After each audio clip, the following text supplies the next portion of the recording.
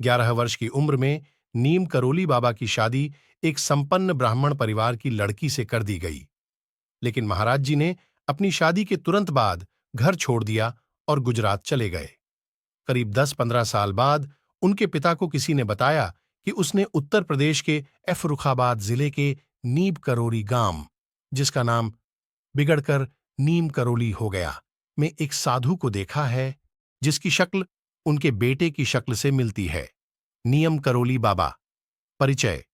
नियम करोली बाबा, यह नाम उनके विदेशी भक्तों में ज्यादा लोकप्रिय है। 60 और 70 के दशक में भारत आने वाले बहुत से अमेरिकियों के गुरु के रूप में वह ज्यादा जाने जाते हैं। 11 वर्ष की उम्र में उनकी शादी एक संपन्न ब्राह्मण परिवार की लड़की से कर दी गई।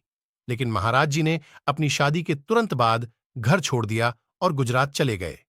करीब 10-15 साल बाद उनके पिता को किसी ने बताया कि उसने उत्तर प्रदेश के फर्रुखाबाद जिले के नीम करोली गांव, जिसका नाम बिगड़कर नियम करोली हो गया, में एक साधु को देखा है जिसकी शक्ल उनके बेटे की शक्ल से मिलती है। नियम करोली बाबा की विदेशी शिष्य रामदास से मुलाकात। सद्गुरु रामदास अमेरिका से भारत आया। वह इतना बड़ा नशेबाज था कि एक दिन में 2-3 LSD निगल सकता था। एक दिन वह नीम करोली बाबा के पास गया, जो असाधारण काबिलियत के धनी एक अद्भुत गुरु थे। वे दिव्यदर्शी, एक बहुत काबिल तांत्रिक, एक असाधारण व्यक्ति और हनुमान के भक्त थे। तो वह नीम करोली बाबा के पास आया और बोला, मेरे पास एक असली माल है जो स्वर्ग का आनंद देता है।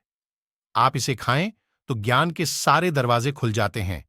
क्या आप इसके बारे में कुछ जानते हैं? नीम करोली बाबा ने पूछा, यह क्या है, मुझे बताओ। उन्होंने गोलियों को मुंह में डाला और निगल लिया। फिर वहां बैठकर अपना काम करते रहे। रामदास वहां इस उम्मीद में बैठा रहा कि यह आदमी अभी मरने वाला है। उसने उन्हें कई सारी गोलियां दी। वह बोले, तुम्हारे पास कितनी हैं? मुझे दिखाओ। उसके पास बहुत सारी गोलियां थीं, जो उसके लिए कई दिनों या महीनों चलती। वह बोले, लाओ मुझे दो। उसने उन्हें मुट्ठी भर LSD दे दी। उन्होंने गोलियों को मुंह में डाला और निगल लिया। पियर वहां बैठकर अपना काम करते रहे। रामदास वहां इस उम्मीद में बैठा रहा कि यह आदमी अभी मरने वाला है, मगर नीम करोली बाबा पर LSD का कोई असर नहीं दिख रहा था। वह काम करते रहे। उनका मकसद बस रामदास को यह बताना था कि तुम एक फालतू सी चीज पर अपना जीवन बर्बाद कर रहे हो। यह चीज तुम्हारे किसी काम नहीं आने वाली। सद्गुरु नीम करोली बाबा के शिष्य रामदास हैं। एक द्वार की तरह ऊपर चर्चित आदमी रामदास के बारे में पुस्तक मिडनाइट विद द मिस्टिक में चर्चा की गई है। इस पुस्तक की लेखिका शेरिल सिमोन कई सारी कंपनियों की CEO हैं और पूरे जीवन एक आध्यात्मिक खोजी रही हैं। 30 साल की खोज के बाद आखिरकार वे सद्गुरु से मिलीं और उन्हें सद्गुरु के साथ बैठने और अपने ज्वलंत प्रश्न पूछने का मौका मिला। पेश है इस पुस्तक के कुछ अंश। वे बोले कि कभी-कभी जब किसी की खोज बड़ी तीव्र और गहरी होती है, तो उनके माध्यम से कुछ घटित होने लगता है। उन्होंने कहा कि जब मैं अपने वास्तविक गुरु से मिलूंगी, तब मुझे पता चल जाएगा। जब मैं उत्तरी कैलिफोर्निया में रामदास से उनके घर पर मिलने गई और मैंने उनसे पूछा कि क्या वे मेरे गुरु हैं, तो उन्होंने कहा नहीं, वे गुरु नहीं हैं। वे बोले कि कभी-कभी जब किसी की खोज बड़ी तीव्र और गहरी होती है, तो उनके माध्यम से कुछ घटित होने लगता है। उन्होंने कहा कि जब मैं अपने वास्तविक गुरु से मिलूंगी, तब मुझे पता चल जाएगा। मैंने कि मेरी आध्यात्मिक यात्रा शुरू होकर गति पकड़ चुकी है और मेरे साथ कुछ बहुत बड़ा घटित होने वाला है। यह सब 30 साल से भी पहले हुआ था। अगस्त की उस शाम को जब हम अपने द्वीप पर आग तापने बैठे थे, तब मैंने सद्गुरु को अपने रामदास वाली कहानी सुनाई। जब मैंने पहली बार आपको देखा, मैंने सद्गुरु से कहा, आप मुझे वही स्वरूप या सत्व लगे जिसको मैंने इतने समय पहले रामदास के रूप में देखा था।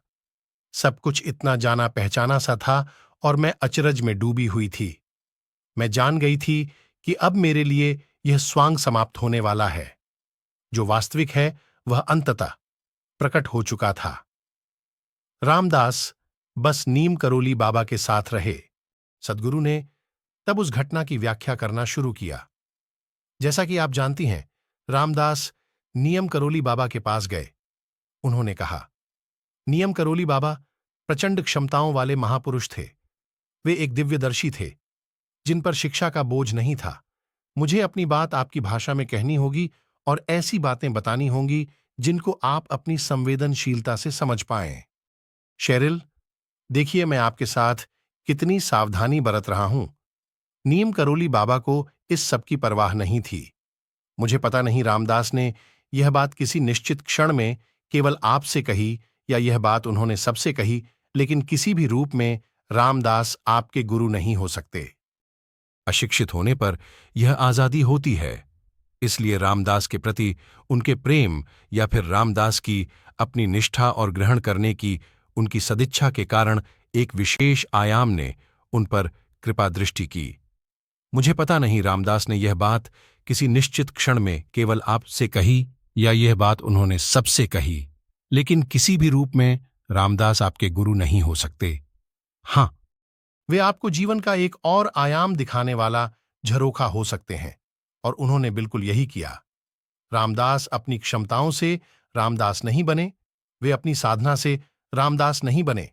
रामदास केवल इसलिए रामदास बन पाए क्योंकि उन्होंने अपने जीवन में एक उपयुक्त कार्य किया। वे नीम करोली बाबा जैसे महापुरुष के सानिध्य में रहे। उनमें उनके साथ बैठे रहने की समझ थी, जिसके कारण वे उस दिव्य पुरुष के एक खास आयाम को अपने में समाहित कर पाए। नीम करोली बाबा अनेक झरोखे खोलना चाहते थे, पर उन्होंने बस एक झरोखा खोलकर उसको अमेरिका भेज दिया। नीम करोली बाबा के शब्द, बाबा ने एक भारतीय लड़की से 4 बार पूछा, तुम्हें आनंद पसंद है या दुखा? हर बार लड़की ने जवाब दिया, मैंने कभी आनंद महसूस ही नहीं किया महाराज जी, बस दुख ही महसूस किया है। आखिर में महाराज जी ने बोला, मुझे दुख पसंद है, यह मुझे भगवान के पास ले जाता है। भारत में योग लोगों की रगों में बहता है। नीम करोली बाबा, अगर आप अपनी मौत के समय एक काम की इच्छा करेंगे तो आप एक कीड़े के रूप में जन्म लेंगे। अगर आप अगली सांस की भी इच्छा रखेंगे तो आप दोबारा जन्म लेंगे।